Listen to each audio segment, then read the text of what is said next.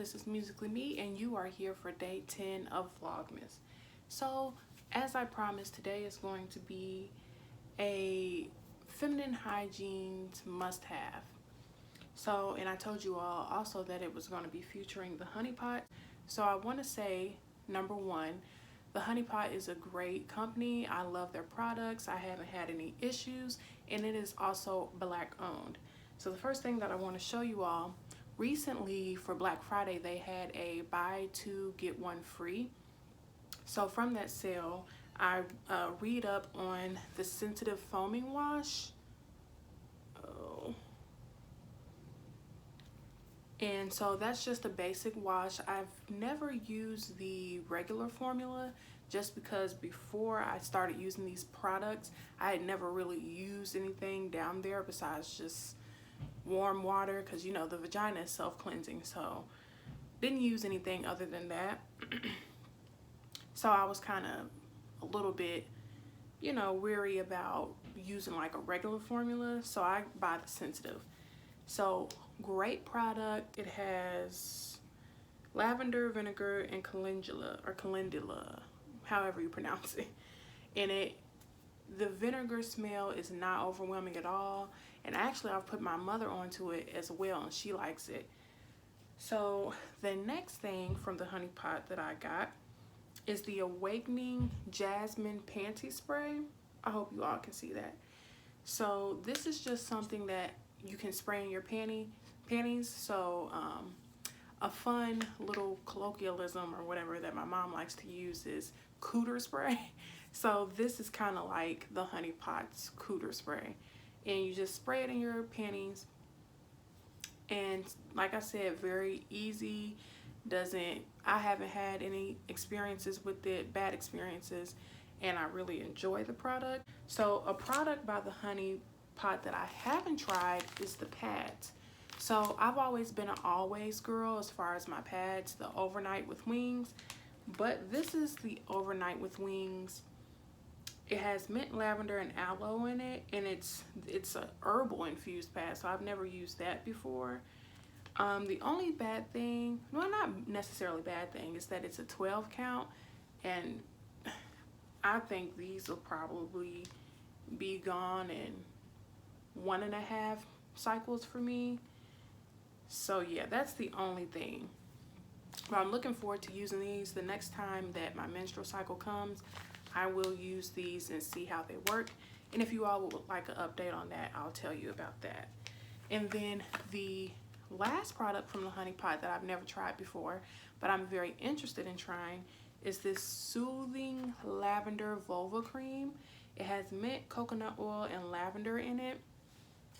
I'm really excited about this because last year I went through like a little weird type of deal with just some things going on down there. It wasn't a UTI, not an STD or anything. Couldn't figure it out for the life of me. But I think if I had had a product like that, like this, I probably would have gotten through that easier. So if that ever comes up again, which I really don't want it to because it was very painful, I will use this cream. So that is it for the Honey Pot. As far as the other things that I use for like feminine hygiene and stuff like that, so I got my first Brazilian this year in August, I believe. And so the way that my esthetician, I believe, the way that she told me to kind of like take care of it and exfoliate down there and also lighten up down there is to use an exfoliant. So this is the exfoliant that I buy from the place that I go and get my wax from. I do it every other day, so that's another thing. Between the wash and this, I do these every other day. They don't interact weirdly or badly with each other. So I think these are very compatible. So going back to the waxing, the esthetician told me to exfoliate every other day. So every other day I do the exfoliant scrub. This is a sea salt scrub, and it has virgin olive oil, kosher salt, iodized salt, sea salt, honey, and I think it has lemon in it. So I go basically back and forth between these every other day. From my understanding, it's fine, and I haven't had any weird reactions. So between these, my girl down there, she's cool. So the last thing that I want to show you all, and this is a product that I'm not using as much now that I have been getting like waxes and everything.